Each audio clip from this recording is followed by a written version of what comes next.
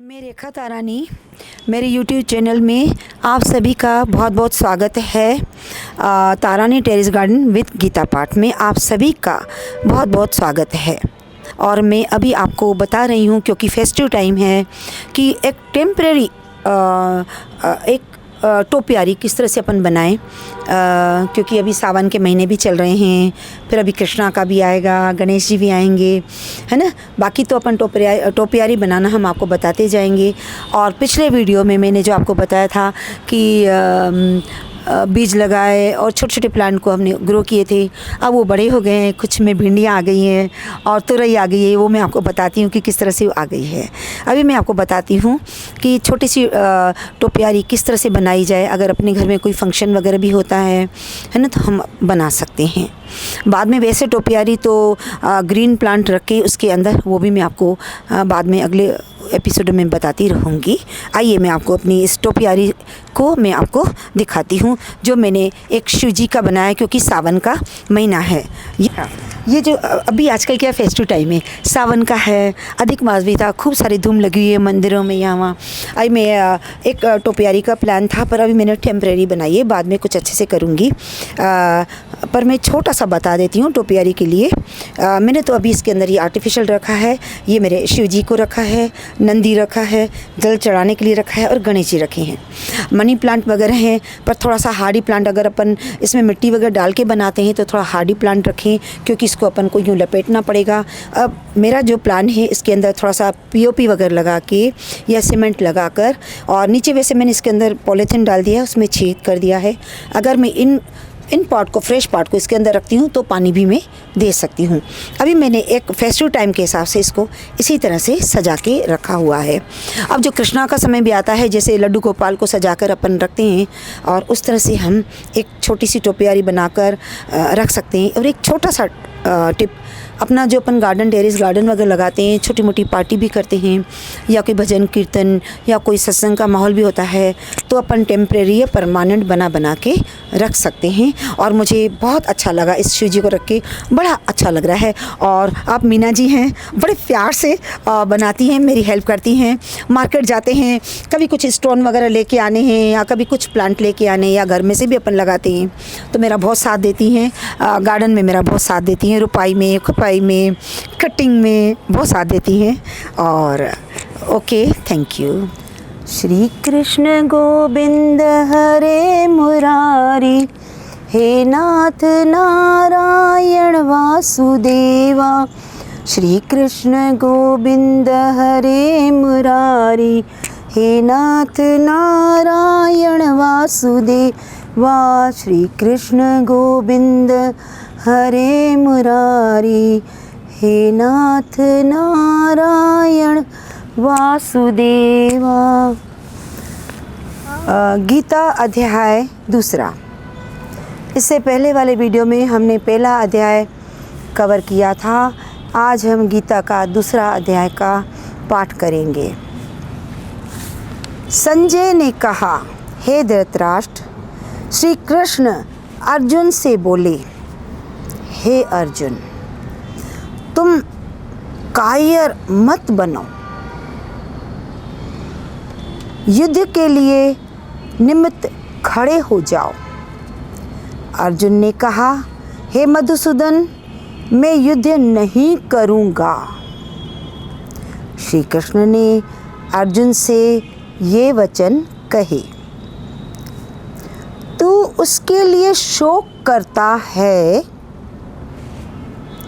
और पंडितों के से वचन तो कहता है, परंतु पंडित लोग न मरों का शोक करते हैं न जीवितों का। यह बात असंभव है कि मैं पहले न था, तुम न थे, और ये राजा भी न थे, और इसके बाद नहीं रहेंगे। हे भारत, तुम युद्ध करो। जो पुरुष इस आत्मा को मारने वाला तथा जो मरने वाले मानते हैं, वे दोनों ही ज्ञानी नहीं हैं। यह आत्मा न मरती है न मारती है। आत्मा न कभी जन्मती है और न कभी मृत्यु को प्राप्त होती है। आत्मा को शस्त्र नहीं काट सकते, अग्नि नहीं जला सकती, जल भिगो नहीं सकता। यह अविनाशी, सर्वव्यापी, स्थिर, अचल और सनातन है। जो जन्मा उसकी मृत्यु, और जिसकी मृत्यु हुई है उसका जन्म निश्चित है। हे पार्थ, यदि तुम अपने धर्म के अनुसार इस संग्राम को न करोगे तो अपना धर्म और बड़ाई खो बैठोगे।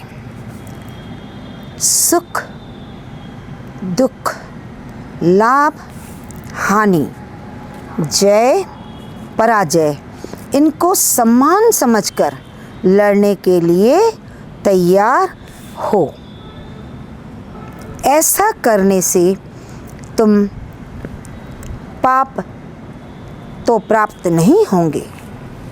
ऐसा करने से तुम, जो पाप होता है, जो नहीं कर रहा था युद्ध, ऐसा करने से तुम पाप को प्राप्त नहीं होंगे।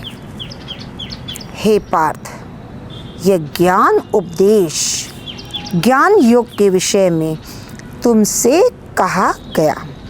अब निष्काम कर्म योग के विषय में सुन।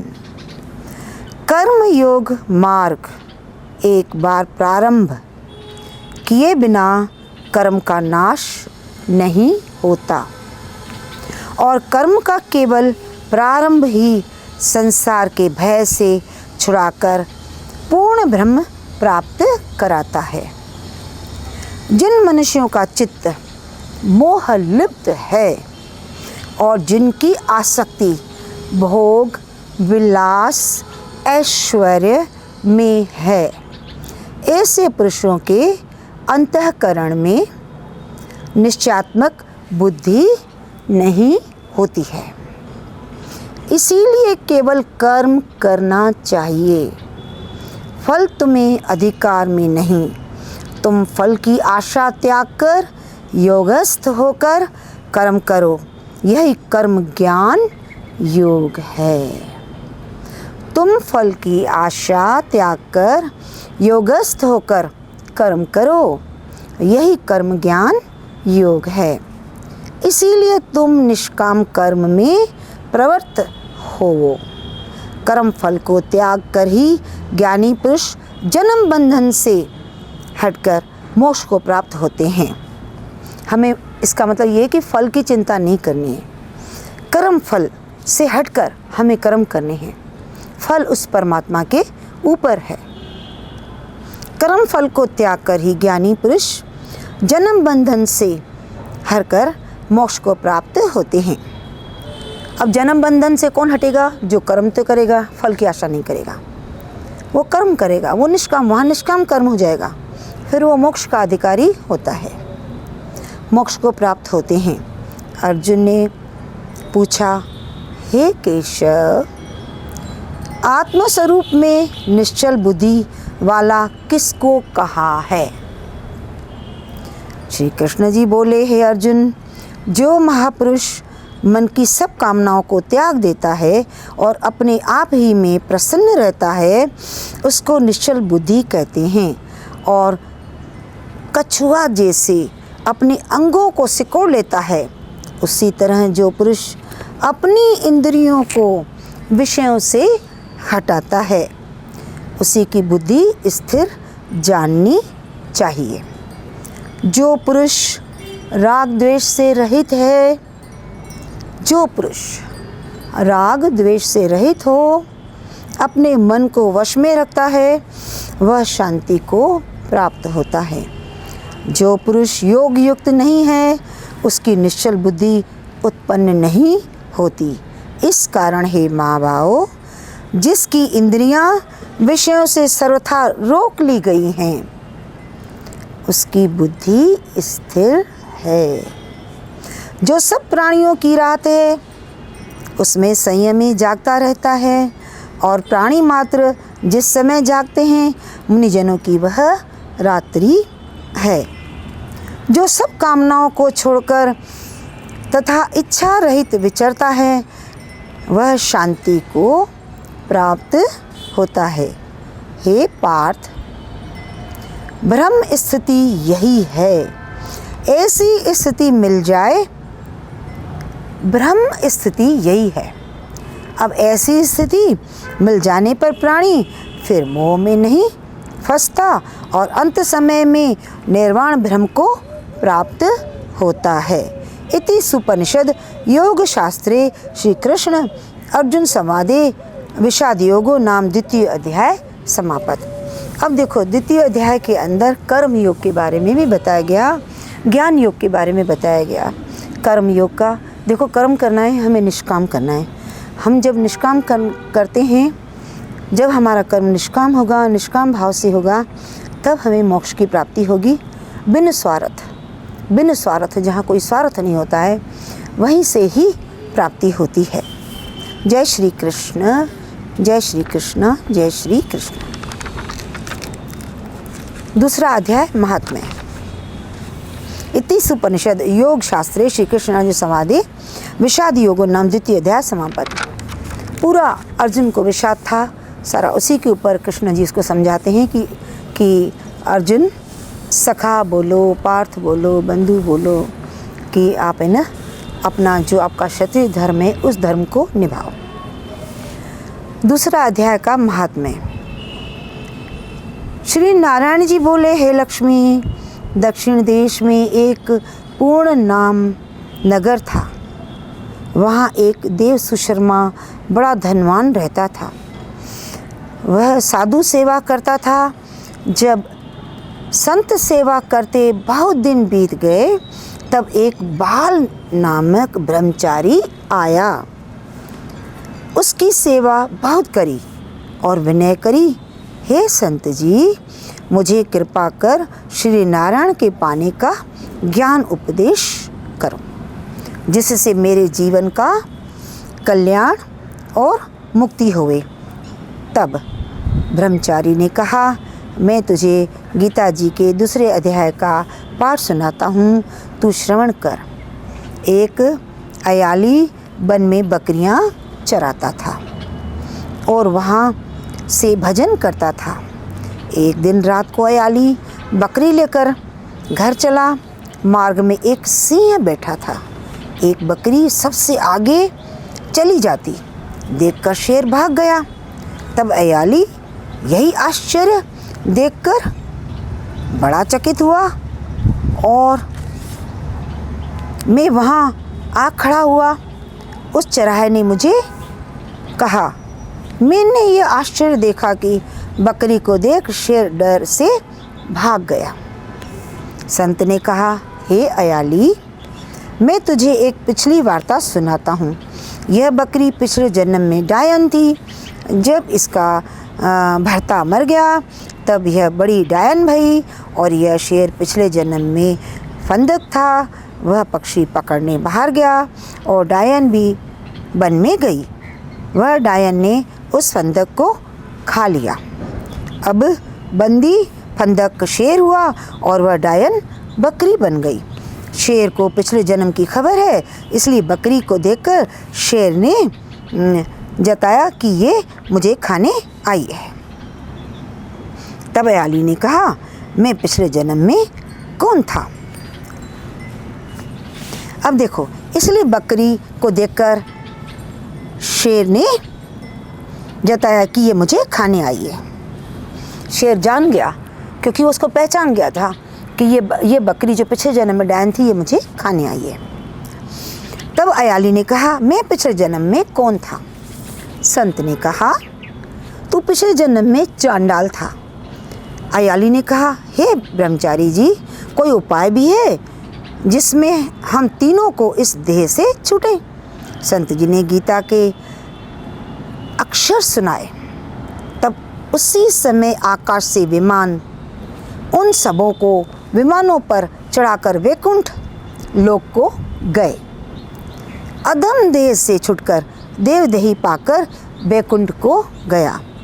तब श्री नारायण जी ने कहा, हे लक्ष्मी, जो मनुष्य श्री गीता जी के ज्ञान को पढ़े सुने वह अवश्य मुक्ति को प्राप्त होता है। जय श्री कृष्ण, जय श्री कृष्ण, जय श्री कृष्ण। श्री कृष्ण गोविंद हरे मुरारी, हे नाथ नारायण वासुदेवा। श्री कृष्ण गोविंद हरे मुरारी, हे नाथ नारायण वासुदेवा। श्री कृष्ण गोविंद हरे मुरारी, हे नाथ नारायण वासुदेवा। जय श्री कृष्ण। आप सभी ज़रूर गीता का पाठ सुनिएगा, गीता का महात्म सुनिएगा, इसको लाइक भी कीजिएगा, शेयर भी कीजिएगा कि ज़्यादा से ज़्यादा लोग इसको सुन सकें। और आप सब्सक्राइब करेंगे तो आपको नोटिफिकेशन मिलता रहेगा। और हम ये चाहते हैं कि ज़्यादा से ज़्यादा लोग गीता ज्ञान को सुने, हमें बहुत खुशी होगी। ओके, धन्यवाद। आइए फ्रेंड्स, अब अपन गार्डनिंग में सीखते हैं कि बारिश के बाद पौधों की देखभाल कैसे की जाए। इससे पहले वाला जो हमारा वीडियो था उसके अंदर बीज बोना, और जो हमने बीज बोए थे, छोटे छोटे पौधे तैयार हो गई थी, उनको हमने लगाया, कटिंग से कैसे लगाई जा सकती है ये हमने पिछले वीडियो में बता दिया। आज की वीडियो में हम बताएंगे कि बारिश के बाद हम अपने प्लांट्स की देखभाल कैसे करें। सबसे पहले तो हमारे को अपने पौधों की गुड़ाई करनी है। अब गुड़ाई करने के लिए जो भी अपने पास इंस्ट्रूमेंट है उनसे अपन को पूरे किस पौधे की कितनी गुड़ाई करनी ये देखना पड़ेगा, है ना, कि उनकी जड़ें किस तरह से जा रही हैं, गुड़ाई करनी पड़ेगी। आप हमारी मीना दादी हैं जो आप हमारी बहुत हेल्प करती हैं। आइए प्लीज़ मीना दादी, थोड़ी सी आप गुड़ाई करके बता दीजिए। इस प्लांट को हटा दीजिए, ये आप ले लीजिए इंस्ट्रूमेंट, और इनसे आप गुड़ाई करके बता दीजिए। हाँ, ले लो आप, थोड़ा सा गुड़ाई कर लो, इसको आप आगे ले लो, गुड़ाई कर लो।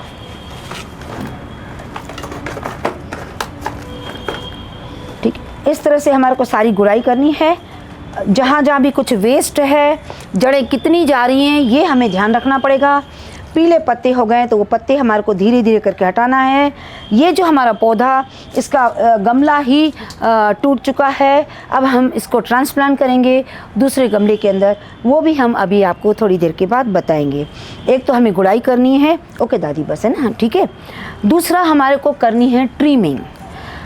ट्रिमिंग करने के लिए गुड़ाई करनी है, ट्रिमिंग करनी है। जो वेस्ट खूब सारे जिस तरह से बढ़ जाते हैं, बहुत सारी ब्रांचें आ रही हैं। अब जैसे मोगरा है, अब इसका सीज़न जा रहा है, कुछ एक फूल आ रहे हैं, सब में नहीं आ रहे हैं, तो किस तरह से अपन को कट करें, इसको अपन शेप दे सकते हैं। अशोका का है, इसके भी थोड़ी ब्रांचेस हो गई, इसको भी कट करके अपन शेप दे देंगे। ठीक है। नीम ऑयल का स्प्रे, नीम ऑयल हमने तैयार करके रखा है। नीम ऑयल का स्प्रे जो हमने वेजिटेबल वगैरह लगाई हैं उनके ऊपर हम नीम ऑयल का स्प्रे करेंगे। ठीक है। अगर मिट्टी कम हो गई है हमारे गमलों में बारिश के बाद या और वाटरिंग हो गई, खूब अपन पानी निकालते गए, तो कुछ एक में अगर जैसे छोटे छोटे हैं या ज़्यादा पाइप से पानी जाता है तो मिट्टी कम हो जाती है, कुछ समय बाद धुलती जाती है, गिरती जाती है, तो उसमें अच्छी से सॉइल बनाकर उनमें अपन को गमलों में मिट्टी भी डालनी है, ज़रूरत के हिसाब से डालना है। अब है रीसेटिंग। मेन इम्पोर्टेंट, बारिश के बाद जब अपन खूब सारे पौधे लगाते हैं, 5-8 होते तो अपन थोड़ा सा सेट करते रहते हैं। अगर अपना टेरेस गार्डन है और खूब सारे पौधे इस तरह से या थिक करके लगाए गए हैं, तब हमारे को ये ज़रूरत पड़ती है कि किसी में खूब ज़्यादा उग गए, थोड़ी सी धूप की ज़रूरत है, या उनको वहाँ से शिफ्ट करके किसी दूसरी जगह रखा जाए, दूसरे पार्ट को उस जगह रखा जाए, तो ये भी अपन को करना पड़ता है। लगता है वो पौधों को देख के कि इसको धूप की ज़रूरत है या इसमें भी फूल आ रहे हैं या फूल झड़ रहे हैं, इन सब चीज़ों का हमारे को ध्यान रखना पड़ता है। सफाई, क्लीनिंग। अब बारिश का मौसम हो या कैसा भी मौसम हो, टेरेस गार्डनिंग है, अब ये भी देखना पड़ेगा कोई इंसेक्ट वगैरह तो नहीं आ गए, मच्छर तो पैदा नहीं हो रहे हैं। सफाई का अब सफाई के इंस्ट्रूमेंट भी ब्रश है, झाड़ू है, इन सब चीज़ों का। और दूसरा मेन इम्पोर्टेंट, कहीं दरारें पड़ जाती हैं, कहीं थोड़ा कच्चा है या कहीं प्लास्टर उखड़ गया, तो उस प्लास्टर पे भी अपन थोड़ा सा सीमेंट बना के या बिरला पुट्टी या सीमेंट, डिपेंड भाई किस तरह का है, होल है या क्या हो गया, उसको अपन रीसेट कर सकते हैं, तो थोड़ा सा रीन्यू जैसे हो जाएगा। अगर हमारा फर्श काला हो गया, खूब सारा काला हो गया, तो उसको अगर हम एसिड से या सर्फ डाल के रगड़ के चिमका सकते हैं तो वो चमक जाएगा। अभी हम आपको बताएंगे कि थोड़ा सा अपन धुलाई करेंगे तो कितना साफ़ दिखने लग जाएगा, या थोड़ी सी डीप सफाई करेंगे तो किस, अभी लग रहा है कि देखो सफाई की ज़रूरत नहीं है, पर जैसे ही अपन इसमें स्वेप करेंगे, झाड़ू उठाएंगे, ब्रश करेंगे, इतना सारा कचरा निकल के आ जाएगा। खूब सारे पत्ते जैसे पीले हो रहे हैं, ये तो मेरा टूट ही गया। ये गमला इसलिए रखा है कि अभी अपन इसमें ट्रांसप्लांट करना सिखाएंगे। अगर छत पे जो सीमेंटेड है या थोड़ा कलर किया हुआ है, या साइड में कहीं कलर उतर गया, कहीं ज़रूरत है, जैसे काई जैसी जम रही है, तो उनके ऊपर ब्रश करके अपन को ध्यान देना है कि ब्रश से, अब ये इस तरह का जो एक ब्रश है,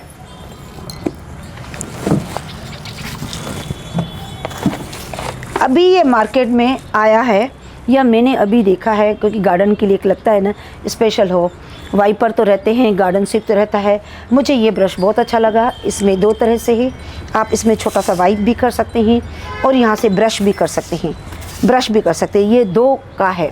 और इसका ख़ास ये है कि ये कोने में भी चला के यूँ आड़ा होके भी निकाल सकते हैं। तो गार्डन के लिए तो मुझे ये बहुत अच्छा लगा। वैसे भी कहीं जो फ्लोर का क्लीनिंग का हो, अभी हम आपको इसको क्लीन करके दिखाएंगे। ये भी ब्रश है कोने में डालने के लिए, या कभी गमलों को साफ़ करने के लिए। थोड़ा सा रफ भी है, देखो गमला साफ़ हो गया, इस तरह से साफ़ हो जाएगा। ये जैसे वॉश बेसिन वगैरह साफ़ करते हैं तो ये भी बहुत अच्छे हैं, छोटे से। कभी किनारों पे मिट्टी लग जाती है, पानी के छींटे हो जाते हैं, तो ये देखो किस तरह से ये साफ़ हो रहा है, निकल रहा है ना, ये यूँ निकल के जाएगा, यूँ। जहाँ थोड़ी मिट्टी जम जाएगी, ये देखो किस तरह से निकल रहा है। ये छोटा है, उठाने में भी आसान है, भारी भी नहीं है, और किसी भी पोर्शन में, छोटे गमलों में भी आ जाएगा। अपन बड़े गमलों को तो फिर भी इससे कर सकते हैं, कोई खाली है, कोई किनारे। छोटे छोटे से जो गमले होते हैं, दादी छोटा गमला एक लेके आ जाओ, उधर पड़ा है ना, तो उसको भी क्लीन करने के लिए अपन, वहाँ पड़ा है एक छोटा सा, इतना लेके आ जाओ। अब रुपाई खुपाई करने के लिए सिर्फ खाली अपन को डाल नहीं देना है अंदर, बस यूँ डाल देना है। देखना है कि जड़ें कितनी हैं, अगर सामने जड़ें आ रही हैं तो उस तरह से करना है हमारे को। अब पीले पत्ते, ये देखो, हाँ लेके आ जाओ। अब देखो जैसे पीले पत्ते हैं, ये पीले पत्ते होते जा रहे हैं, तो उनको हटाते जाना है। अब जैसे ये गमला है, छोटा सा गमला है, ठीक है, इसको हम हिंदी में भी नाजमू ही बोलते होंगे, और एक पूरा मेरे को वर्ड बोलना नहीं आ रहा है इसका। ये देखो, अब थोड़ा सा ये जैसे रफ दिख रहा है, तो थोड़ा सा साफ़ करके, अब देखो मैंने हाथ में ही उठा लिया है, अब देखना कितनी मिट्टी निकलेगी, साफ़ हो जाएगा, पूरा साफ़ हो जाएगा, पूरा मिट्टी से ढका हुआ है। ये साइड है, छोटे छोटे ब्रश से साफ़ हो जाएंगे, ये साफ़ हो जाएंगे। इस तरह से करके फिर चमक आ जाती है, इनमें थोड़ा सा पेंट वेंट करें तो चमक आ जाती है।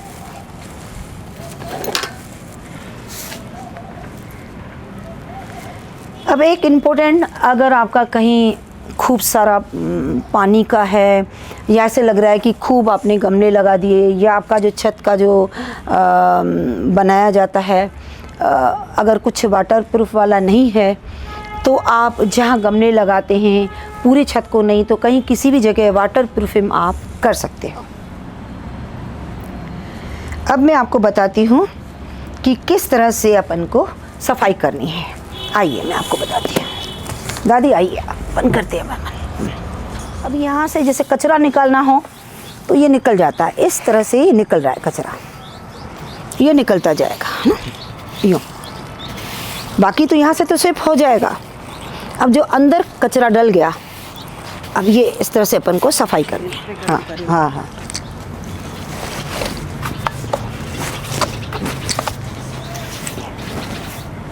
ये कचरा इसके अंदर नहीं जमेगा। और इसका वाइप अगर कोई पानी भर गया है तो पानी भी यूँ निकल जाएगा यहाँ से। फिर यहाँ से अपन इसको सेव कर सकते हैं। पकड़ो व्यूअर, अब हमारे को जैसे बारिश के बाद कितना ही करो वेस्ट आ ही जा रहे हैं। अब ये देखना पड़ता है कि किस तरह से कितना निकालना है पौधे का। ये हमारे को गुड़ाई करनी समय समय पर ज़रूरी है।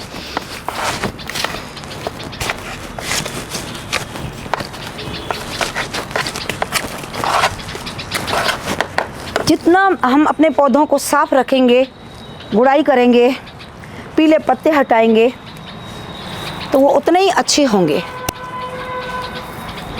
अब देखो इसके अंदर कितना आ गया। ये नींबू का प्लांट है, इसके अंदर आ रहा है। हर चौथे पाँचवें दिन में कचरा आ जाता है। समय समय पर हमारे को इनका ध्यान देना है।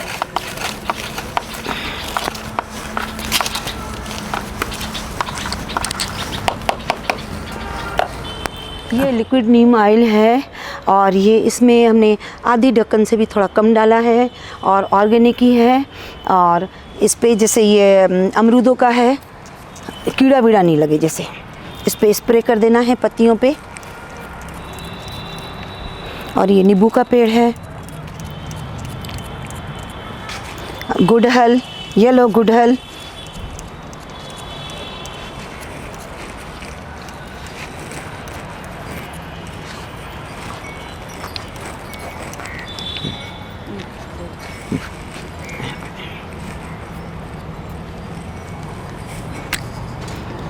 अब जैसे बारिश में कुछ एक्स्ट्रा जैसे बढ़ रही हैं, तो जहाँ जहाँ सूख गई या जहाँ ओवर है तो उसको अपन कट कर सकते हैं। फ्लावर का, जिसका फ्लावर्स का समय नहीं है या जो साइड में डंडी है उसको अपन निकाल सकते हैं। इसका ये निकाल सकते हैं।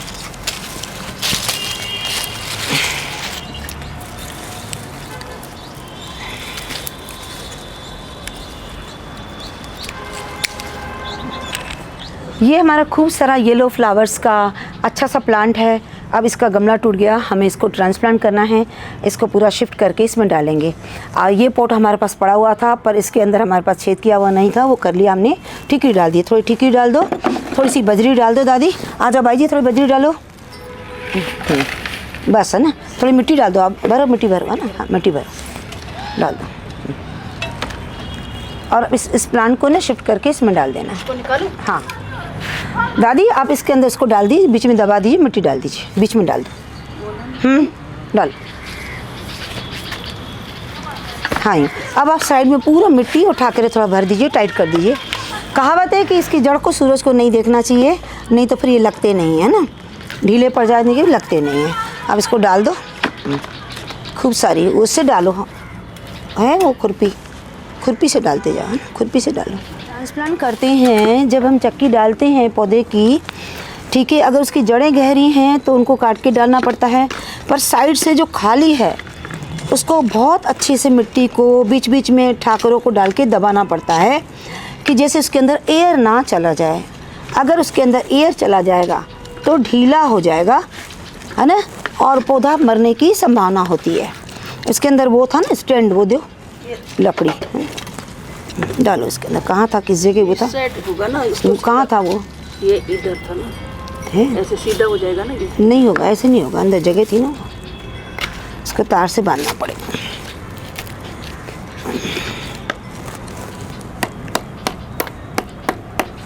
इसको अपन एक तार से बांध देंगे ना। यहाँ पर ठाकरी का सपोर्ट दे दो, 2 ठकरी डाल दो, है ना। जो थोड़ी, हाँ ये डालो, इधर डालो, हाँ ये दबा इधर, हाँ ये डालो, और डालो।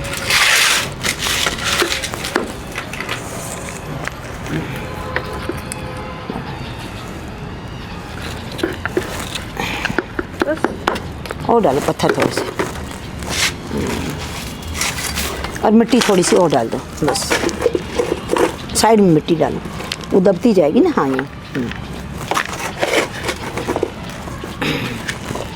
बस थोड़ी अब बजरी डाल दो थोड़ी सी, थोड़ी सी, बस बस बस बस बस। हाँ, पानी डाल दो मैंने।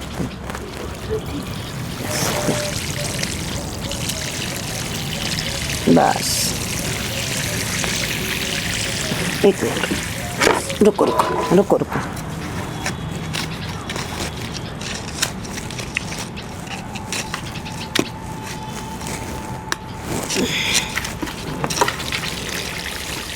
बस बस। अब यहाँ थोड़ी मिट्टी डालो। जहाँ हमारे को जैसे लगे कि मिट्टी नीचे चली गई, करके देखा, वहाँ थोड़ी मिट्टी और डाल देनी है। नहीं तो क्या, यहाँ से धूप चली जाती है, पौधा मरने की संभावना होती है। हम जब ट्रांसप्लांट करते हैं, किसी भी जगह ना छूटे, टाइट रहे, फिर हम उसको बाद में गुड़ाई कर सकते हैं उसकी। बस है ना। अब थोड़ा पानी और दे दीजिए साइड में, मालूम पड़ जाएगा। साइड में साइड में साइड में साइड में, हाँ, ये बीच में नहीं, साइड में। बस बस बस। अब ये मिट्टी भी जम जाएगी इसके अंदर, जितनी बैठनी होगी बैठ जाएगी। ठीक है, जड़ नहीं दिखनी चाहिए। अब यहाँ देखो जैसे खड्डा हो रहा है, ये चीज़ ध्यान रखने की है ट्रांसप्लांट करते वक्त कि हमें खड्डा नहीं बनना चाहिए। तो वहाँ से क्या, पूरा ताप चला जाता है, वो इनकी जड़ों को नुकसान करता है। मैंने खूब सारे अच्छे से पौधे शिफ्ट किए हुए हैं।